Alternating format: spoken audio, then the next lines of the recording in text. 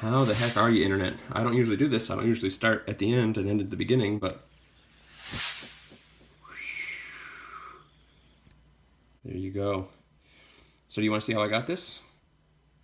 I bet you do. Stick around and find out. All right, Internet. We are back. I got a lot of positive stuff off that polishing video that I did, so I kind of wanted to do level 2 for y'all. It is a super bright sunny day out.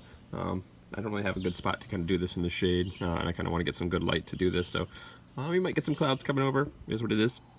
We are going to be polishing up this guy here. So you can see I've already removed the bearing. A little, I don't want to say I'm a little hesitant to do it. I actually, fidgeting with this for a little while, I've kind of come to like the kind of the brushed bead blasted finish that it's got a little bit. Almost, I don't know why, it reminds me of an old skeleton key.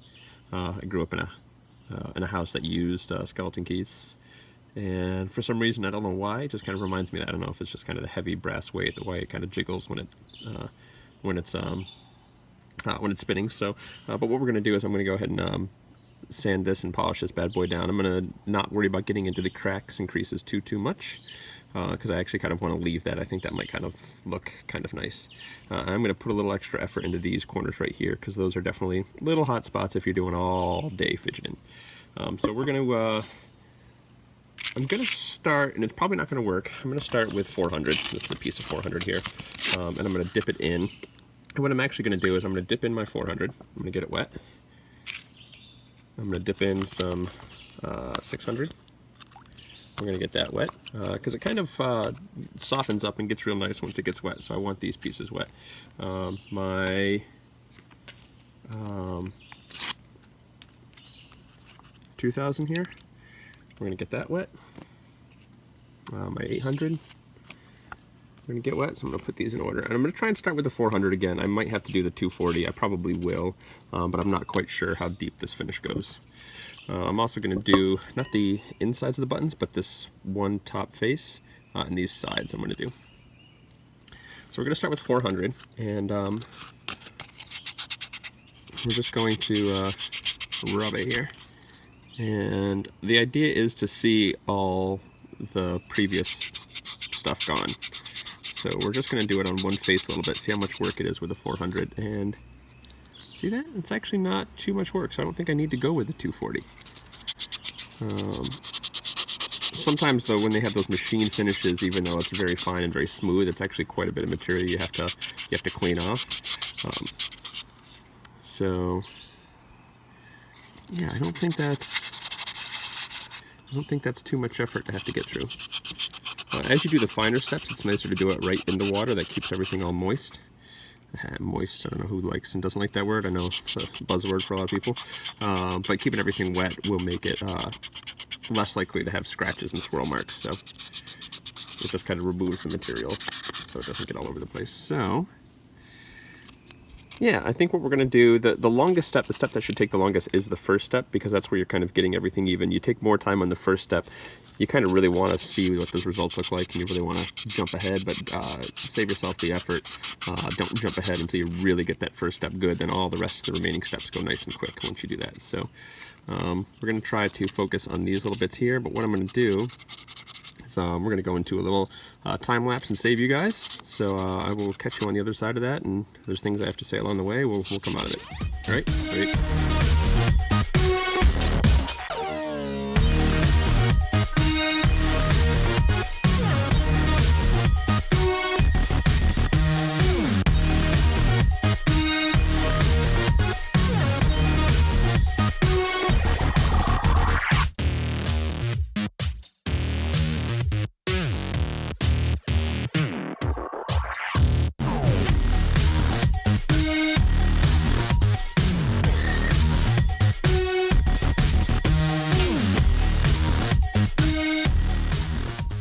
I'm switching up the old camera view here. That time lapse, I haven't looked at it yet. I'm not sure how good it was, but we're pretty close with the. You probably saw I switched to 240 there. Yeah, see that? Hold it up right there. All right. So looks like we're pretty good Maybe a couple little spots we want to get out. Oh, that edge has got to get taken care of. But like I said, this is really the step you need to take the longest on. It takes by far the longest. Once you go to the next grit, if you notice any spots, it'll be a little easier to see them. You can go ahead and go back to this step. But I need to do the button here as well. But yeah, I kind of wanted to touch base with you guys here, because again, this is the most important step, right? Getting that first step is going to save you in the long run, and it's going to make everything nice and even in the end. So if you don't get it here, you're not going to get it with those next steps. So I think what we'll do is we'll go back to some time lapse, and I'll catch you near the end, and we'll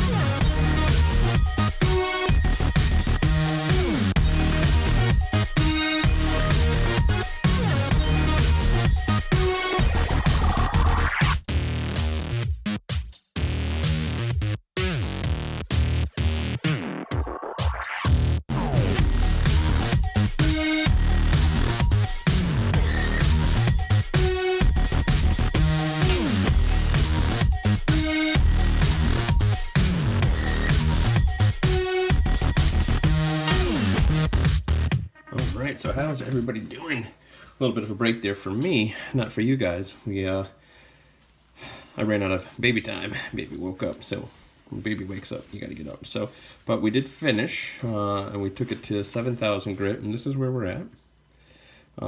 Some little marks there. I could have spent a little more time in some of the others in the earlier steps, but again, you get it at the right angles, and she's pretty good. So I also wanted to, and I rushed through some of these steps because I knew I was running out of baby time, and it feels smooth. So it's got some scratches. They're not quite a mirror, but decent. And I kind of like the look where the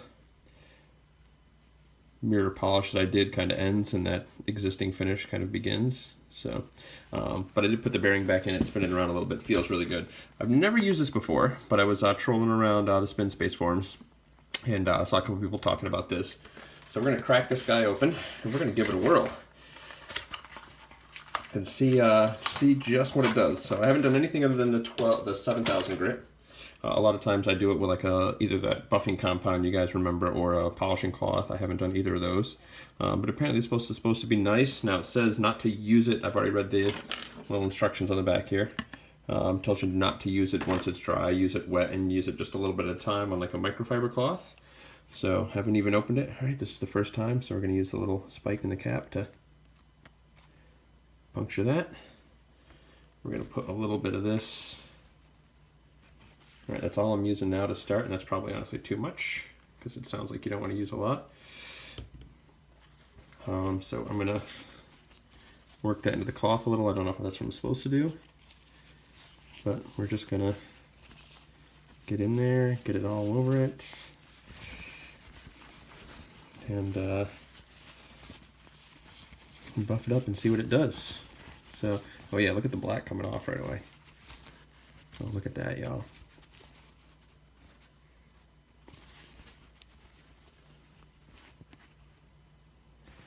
Yeah, that's nice. All right, so this isn't actually really easy to show you guys in video because it's really just got to be in this cloth and smushing it around. So. But I think you guys get the idea. So I think what we'll do is we'll just we'll pause this and we'll come back once I'm done doing this. All right, peace. We'll be right back. Okay, we are back, and I almost even want to touch it. Let me bring it in and show you what we're looking at. Look at that, would you? I'm gonna swear. I just have to do it. Shit! Look at that. Holy.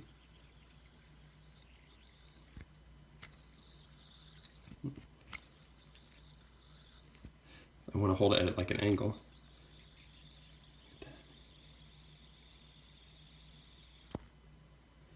So again, there's still some little scratches in there, and this light is pretty bright and really showing it off, but That's what you can really appreciate from that mirror polish. That is, she's good. She is good. All right.